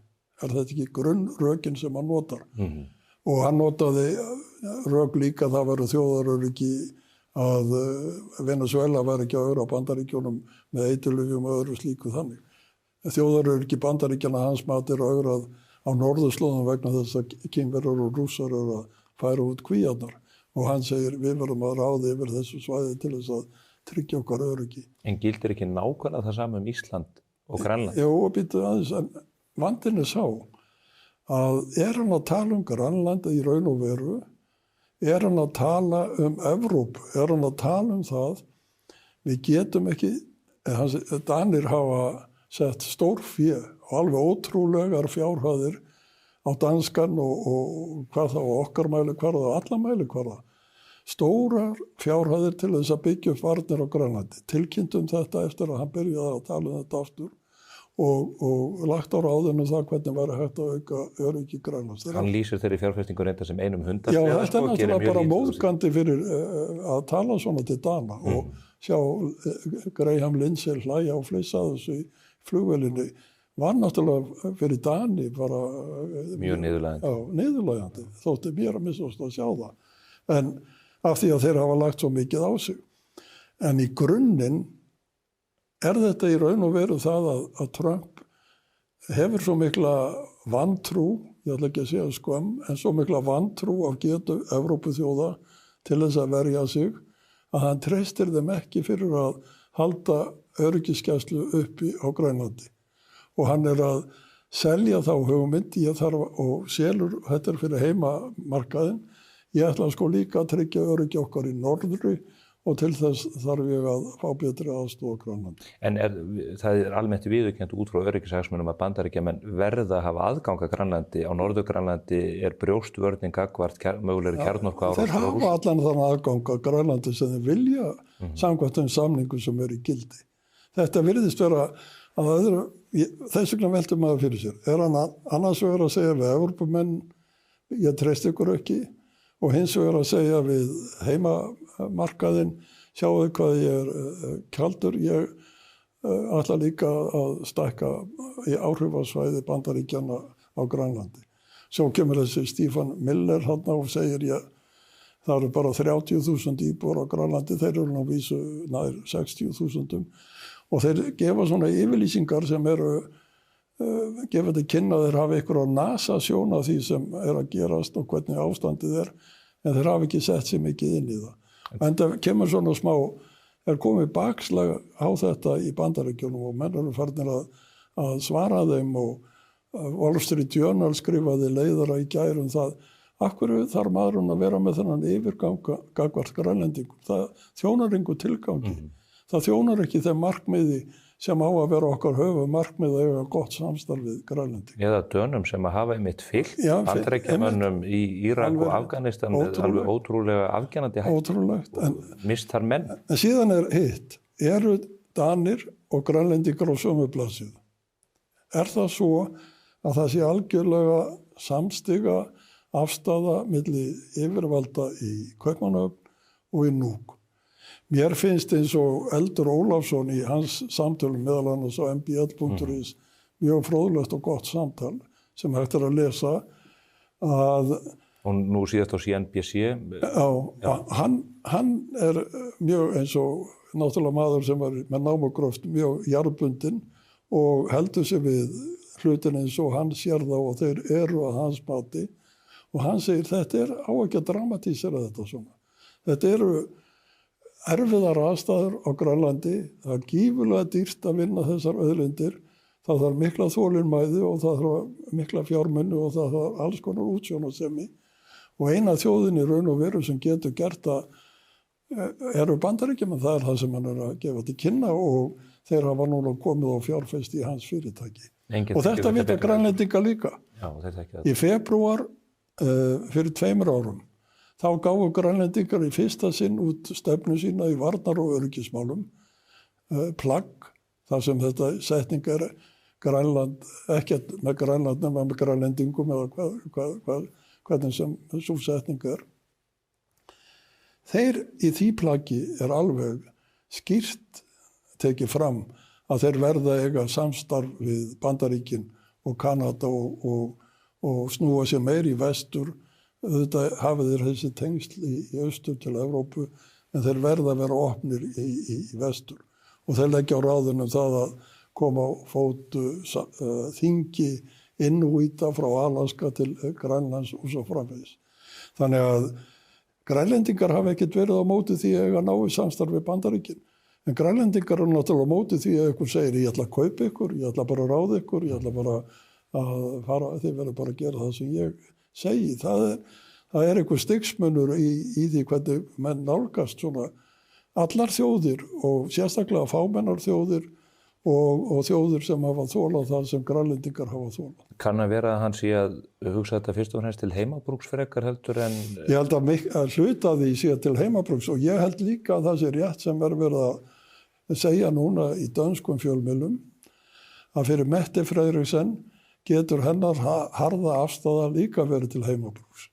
Mette Frederiksen hefur verið á niðurleið í skoðanakönnunum og hennar velgengni í stjórnmálum í Danmörku hefur mjög byggst á því að hún hefur með stildarlegum hætti tekist að snúa svona viðfangsefnum, stórum viðfangsefnum sér í hag. Orðið stjórnandinn á hættutímum og krísutímum. Búa til óvinn. Já, eða magna upp óvinn, eða nota hættu til þess að sýna fram á að það þarf sterkan leiðtoga til að takast á við þessa. Það gerði hún auðvitað mjög afgerandi líka í nýársávarpinu þegar hún ræddi útlendingamálin og svona þá átráðslu sem að þau hafa upplifað gagnvart ákveðnum hóp. Og þetta mál núna þannig því að þú sér það, hún í París núna í vikunni, talar það að þetta sé bara endalokin, ef að Trump gerir þetta, þá það endalok NATO, segir hún. En þeir eru á fundi í danska stjórnarráðinu, utanríkisráðherrann og varnarmálaráðherrann og utanríkisráðherrann Lökke kemur út og segir við skulum ekki tala á svona og dramatísera þetta, við skulum ekki segja þetta sé krísa, þetta vandamál viðfangsefni sem við þurfum að leysa í samtölum. Og ég hef verið í samtali við Marco Rubio og við munum tala saman og nú hefur Rubio boðað til fundar í næstu viku þannig að þeir ætla að tala saman. Þannig að það verðist líka vera þarna svona tilhneiging til þess að magna þetta upp til þess að ná til kjósenda með þessum hætti. Við erum svona í þessari veröld. Trump lýsti yfir fyrir vikunni líka að hann myndi alltaf koma NATO til bjargar á Evrópu. Hann segist ekki vera vissum að NATO eða Evrópa myndi koma Bandaríkjamönnum til bjargar. Hann stillir þessu þannig upp. Út frá herstyrk og umsvifum. NATO lifir ekki af án Bandaríkjana, en Bandaríkin geta lifað af á NATO. Samt sögðu Bandaríkjamenn að það væri bráðnauðsynlegt 2001 að virkja 50 grein NATO-sáttmálans til þess að Bandaríkjamenn fengju aðstoð frá sínum bandamönnum þegar ráðist var á New York og Washington. Og það eina skiptið sem 50 grein sáttmálans hefur verið virkjur. Það var kakvar Bandaríkjamönnum? Já, í þá og Bandaríkjana. Það hefur verið virkjuð 4. greinin sem það að við óskum eftir viðræðum til þess að búa okkur undir og það sé að verða hættu ástand. En grænlendingar segja við viljum ekki virkja þá grein núna, við viljum ekki fara með málið á þetta stig. Við teljum að sé að leysa þetta án þess að dramatísera það á þennan veg. Við erum svolítið í háspentum ástandi og svo koma menni, svo nefndi koma þeir sem eru jarðbundnar og segja, heyrðu, við leysum þetta á annan hátt, þetta ekki svona, en við getum ekki náð upp í þetta háa stjórnmála plan sem þeir vilja vera á. En sjáðu hvað að gera því á okkur. Við hér, ef ég má aðeins fara inn á heimavöll það er nauðsynlegt. Og draga þessa mynd eða draga okkur inn í þessa mynd. Já, við erum orðið hluti þessum átökum verandi með skip hér inn í lögsögunni sem Jú, við erum áhorfendur á því og vafalaust ef að Bandaríkjamenn hefðu verið með varnarstöð hér eins og þeir voru með til 2006 þá hún vafalaust verið nýtt í þessu skyni en það kemur nú í ljós að okkar aðstaða skipta ekki í neinum sköpum í þessar aðgerð. En á sama tíma og við sjáum að líklega vantreystir Trump Evrópuþjóðunum í öryggismálum og við hefum allt undir varnarsamningi við Bandaríkin. Þá allt í einu fara að tala það hér að við hefum að gera varnarsamning við Evrópusambandið. Það ekki hægt að gera varnarsamning við Evrópusambandið. Evrópusambandið gerir enga varnarsamninga. Evrópusambandið stendur á sameiginlegum yfirlýsingum á milli þjóða og samstarfsþjóða ykkur markmið í öryggismálum og friðarmálum en að gera varnarsamning við Evrópusambandið er tala eitthvað sem ekki hægt að gera. Þeir geta ekki komið okkur til varnar. Þeir geta ekki komið okkur til varnar, það er enga herstjórn og ekki neitt sem getur komið okkur til varnar. Og saman, við erum að tala það. Við erum með varnarsamning við Bandaríkin. En ekki nóg með það. Það er verið að boða það að leggja fram tillögu á þinginu til þess að fara að undirbúa þjóðaratkvæðagreiðslu aðild Íslands að Evrópusambandinu. Og síðan í hinu orðinu sagt að við skulum fara öllu rólega, við skulum ekki gera neitt sem getur valdið vandræðum í samskiptum okkar og Bandaríkjana og við skulum bara halda okkur til hlés, við styðjum grænlendinga að sjálfsögðu, við viljum leggja okkar á mörkum í þágu grænlendinga, en við skulum fyrst og fremst halda okkur í rólegum til þess að rugga ekki neinum bátum. En hvað meira núna betur til þess fallið að rugga bátnum heldur en að fara að sækja aðild að Evrópusambandinu? Er það leiðin til þess að skapa hér jafnvægi á Norður-Atlantshafi? Að Íslendingar allt í einu og íslenska ríkisstjórnin telji það höfuðmál í utanríkismálum að Ísland gangi inn í Evrópusambandið ef að það svo að Trump treystir ekki öryggismálum Grænlands af því að það eru Evrópuþjóðir sem ber ábyrgð á því. Af því að hann telur sig ekki hafa nógu mikið það að segja, þó hann hafa allt það að segja sem hann vill. Að enga síður, þá tekur hann þessa Evrópuþjóð, Dani, gamla og góða vinaþjóð, sem samdi við Bandaríkin á sínu tíma stöðurna á Grænlandi og segir, ég treysti ykkur ekki í öryggis og varnarmálum. Hann hefur aðstöðu hér, en hvernig lítur hann á það og Bandaríkjamenn líta á það að við ætlum að fara að gera varnarsamning við Evrópusambandið sem getur ekki gert slíka samninga og síðan lýsum við í næsta dag yfir að við ætlum að fara að undirbúa aðild að Evrópusambandinu með þjóðaratkvæðagreiðslu. Myndi það draga? Finnst þér þetta skynsamlegt? Myndi það draga að þínum að ykkur helgun Bandaríkjanna gagnvart okkur og varnarsamningu sem við höfum frá 51? Já, við erum að taka áhættu sem við vitum ekki í hverju felst og við erum með hér stefnu í öryggis- og varnarmálum til umræðu á Alþingi án þess að það sé minnst á það einasta orði og það sé markmið ríkisstjórnarinnar að koma Íslandi í Evrópusambandi.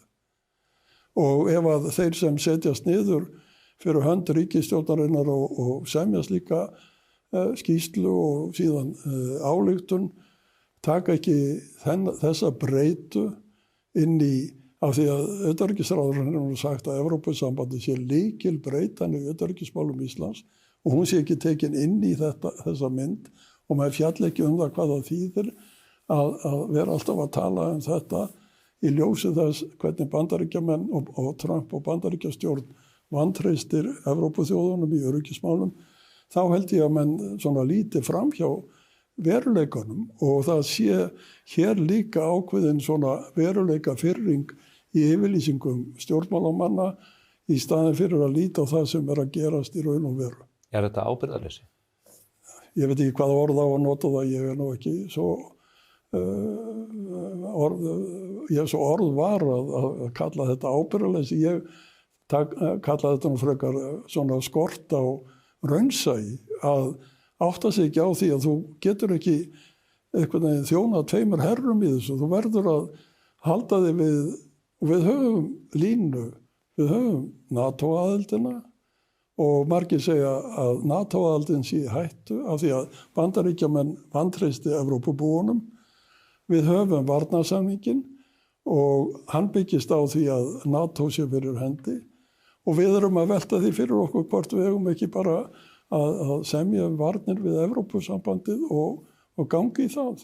En nú undirritaði utanríkisráðherrann fyrir síðasta ári yfirlýsingu að samkomulag það að við myndum fella okkur að utanríkismálastefnu Evrópusambandsins. Það var gert án samráðs við þingið, einhvern veginn skjóli nætur.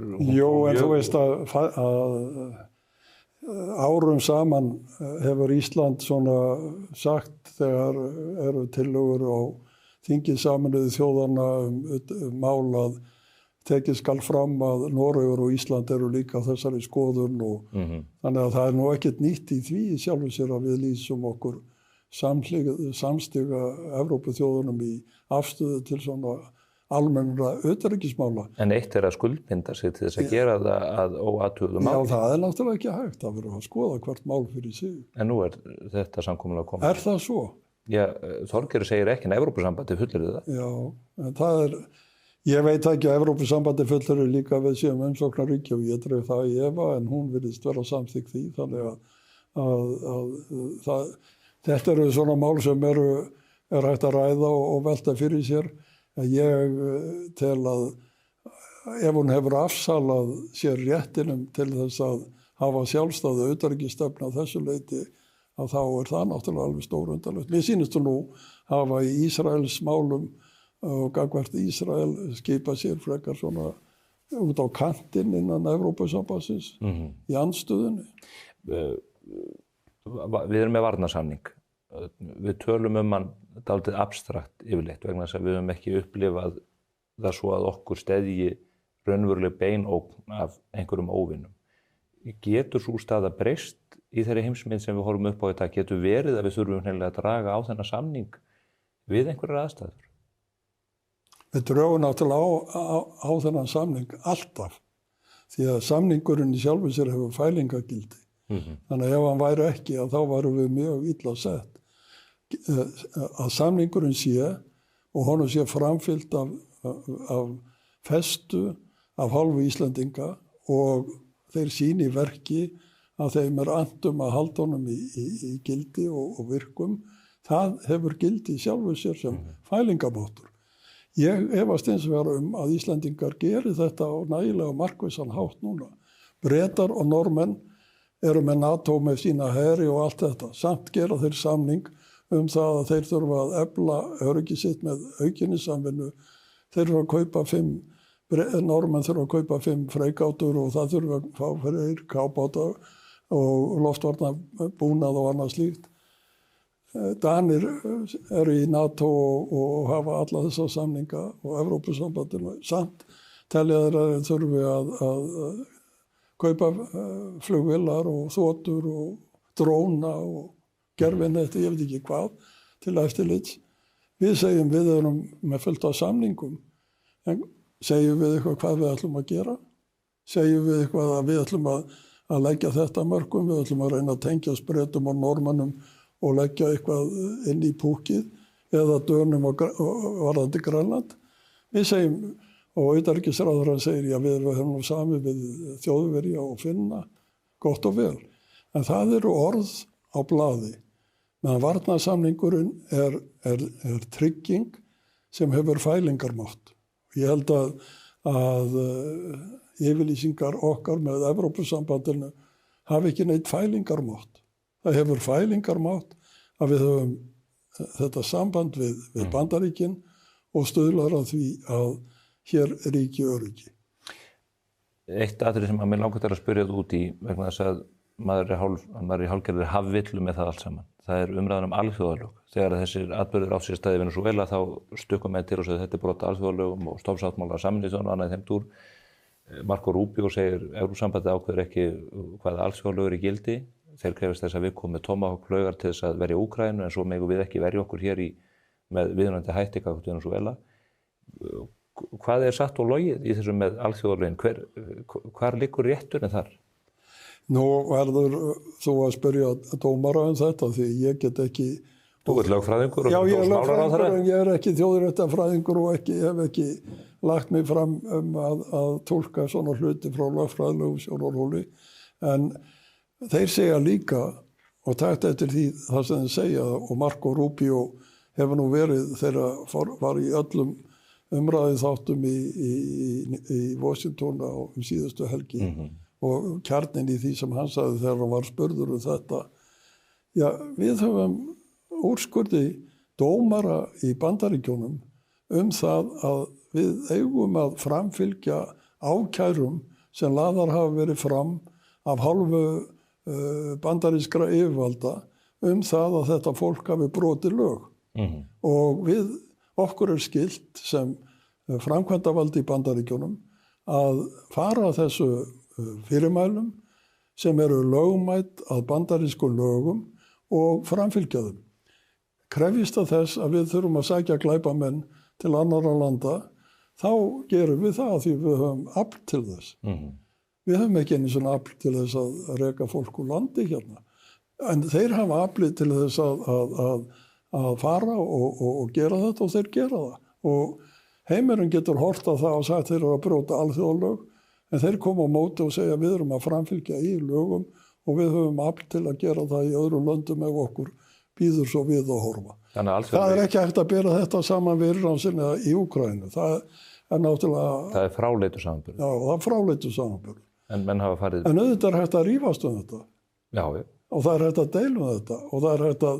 Og þá segja aðrir þegar þetta er sagt, já, en þá ná eftir að koma í ljós hvort að dómstóll í Ameríku fellst á þessi rök, því að það verður náttúrulega helsta varnarástæða Maduros að hann hafi verið handtekinn á ólögmætan hátt og ef þú ert handtekinn á ólögmætan hátt þá er það sleppt. Og það var líka lögfræðingar sögðu það líka í gær þegar fréttirnar komu þetta skip sem við tölum í upphafi.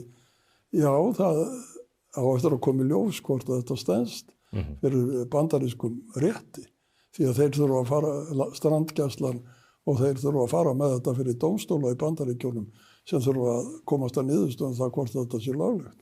Þannig að Bandaríkin eru réttaríki og þau eru að vísa ekki hluta hafréttasáttmála Sameinuðu þjóðanna og ekki alþjóða sakamála dómstólum og hvað eina þau standa utan við þetta en heima fyrir eru þau réttaríki og það er hægt að bera upp svona málsástæður og verður að rökstyðja þær. Þannig að ég bara býð og sé eins og þú hvernig þetta fer fyrir dómstólum. En við horfum aðeins yfir sviðið rétt í lokin.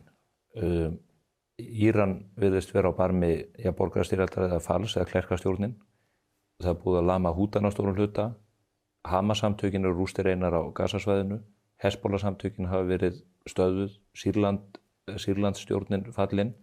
Rússarnir virðast verið í veikri stöðu. Nú síðast Venesúela þar sem að búið að ná stjórn á oljunni. Er heimurinn að verða öruggari með þessum aðgerðum Ísraela og Bandaríkjamanna eða er óvissan þessi mikla ógn sem að við viljum forðast? Ég veit ekki hvað á að segja um þetta því að ég held allavega að valdbeitingarnar sem við höfum verið að tala um hérna eru til þess fallnar að draga skýrari línur og þeir sem sætta sig ekki við þær að hafa þeir afl til þess að brjóta þær á bakafstur. Eru þetta valdbeitingar sem eru þess eðlis að það sé að jafna þeim við eitthvað viðvarandi stríð. Þú sér að stríði í Úkraínu við 4 ár og við veitum ekki hvort það líkur eða ekki. Það er bara á einhverju öðru róli sem við höfum alls ekki að sætta okkur við. Þetta eru aðgerðir, sjálfsvörn í Ísrael, sjálfsvörn líka að mati Bandaríkjamanna í gagvart gagvart Venezuela og hvað sem gerist svo með Kólumbíu og allt þetta en gagvart Venezuela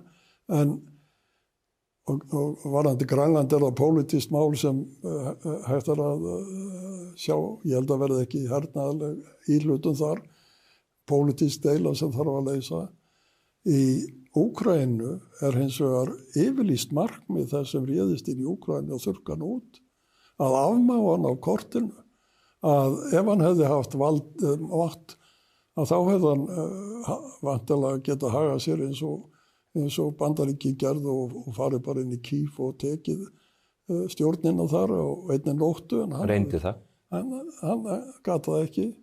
Og þá lýsir hann því yfir að hann ætlaði að leggja allt landið, eyða því og hann stundar terrorista stríð gagvart borgurum landsins alveg dag og nótt orðið. Sendið dróna á íbúðabyggingar og annað í þeim túr. Þannig að við verðum að passa okkur aðeins á því að leggja ekki allt á jöfnu. Við verðum að hafa þrek til þess að greina á milli, þótt að þetta sé allt óhugnanlegt í eðli sínu.